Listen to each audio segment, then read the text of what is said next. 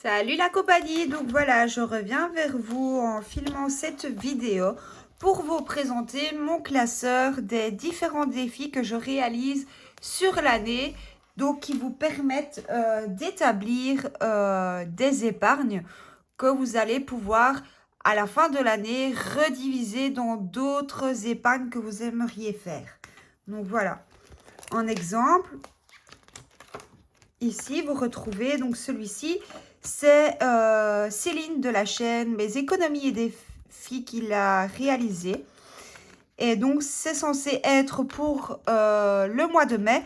Mais en fait, moi, je l'utilise tous les mois parce qu'il me permet, donc en fonction, grâce à ces petites sommes, il me permet de faire l'épargne qui est destinée à l'enveloppe école pour mon fils, donc à l'année. Donc, comme vous pouvez le voir ici, j'ai encore donc les pièces du mois d'août que je n'ai pas encore clôturées. Alors, vous retrouvez également mon défi donc iPhone que vous pouvez trouver sur le groupe Petit Budget de Sonia. Ensuite,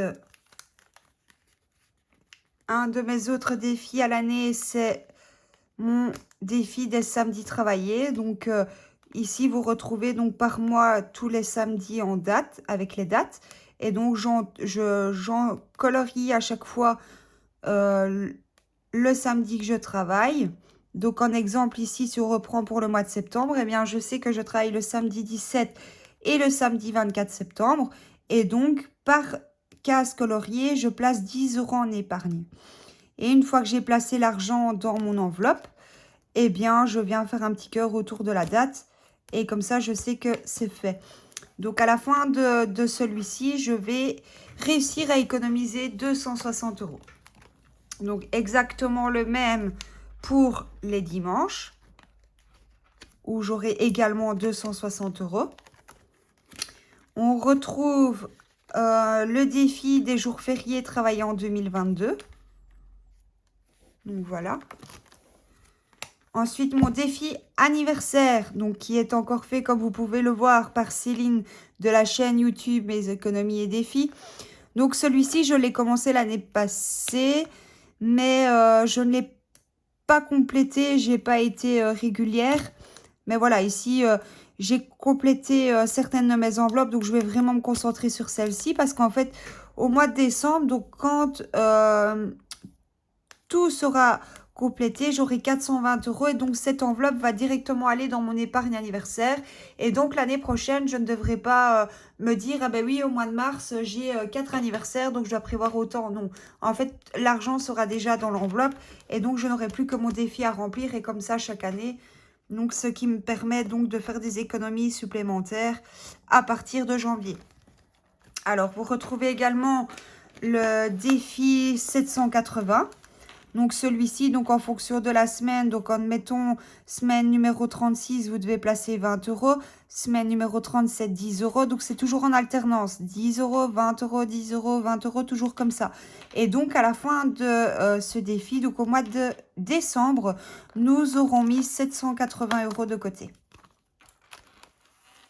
Alors, ensuite, il y a le défi des 10 €. Donc moi, je le fais en sorte donc en fonction de la fiche dans une de mes précédentes vidéos que je vous ai présentées.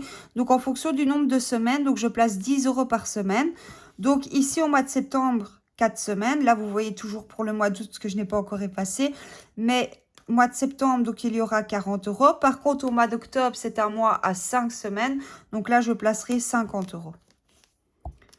Et à la fin de l'année, j'aurai 500 € d'épargne dans cette enveloppe que je pourrai redispatcher dans mes autres épargnes. Ensuite, on retrouve le défi sur 12 mois. Donc, c'est-à-dire que en fonction de chaque mois, donc voilà, le mois de janvier, c'est le premier mois. Donc, vous mettez 1 € par semaine. Mois de février, deuxième mois, vous mettez 2 € chaque semaine. Ainsi de suite jusqu'à décembre. Donc, en décembre, 12e mois, vous mettez 12 € par semaine. À la fin de ce défi, donc vous aurez économisé 312 €.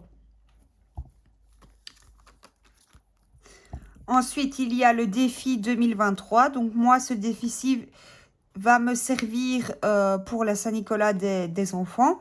Donc, à chaque fois, vous mettez 23 € tous les mois. Donc, ici, moi, je l'ai commencé en retard parce que, ben, bien sûr, on s'est marié au mois de juillet. Donc, on avait d'autres priorités. Donc, ici, je suis en train de rattraper mon retard.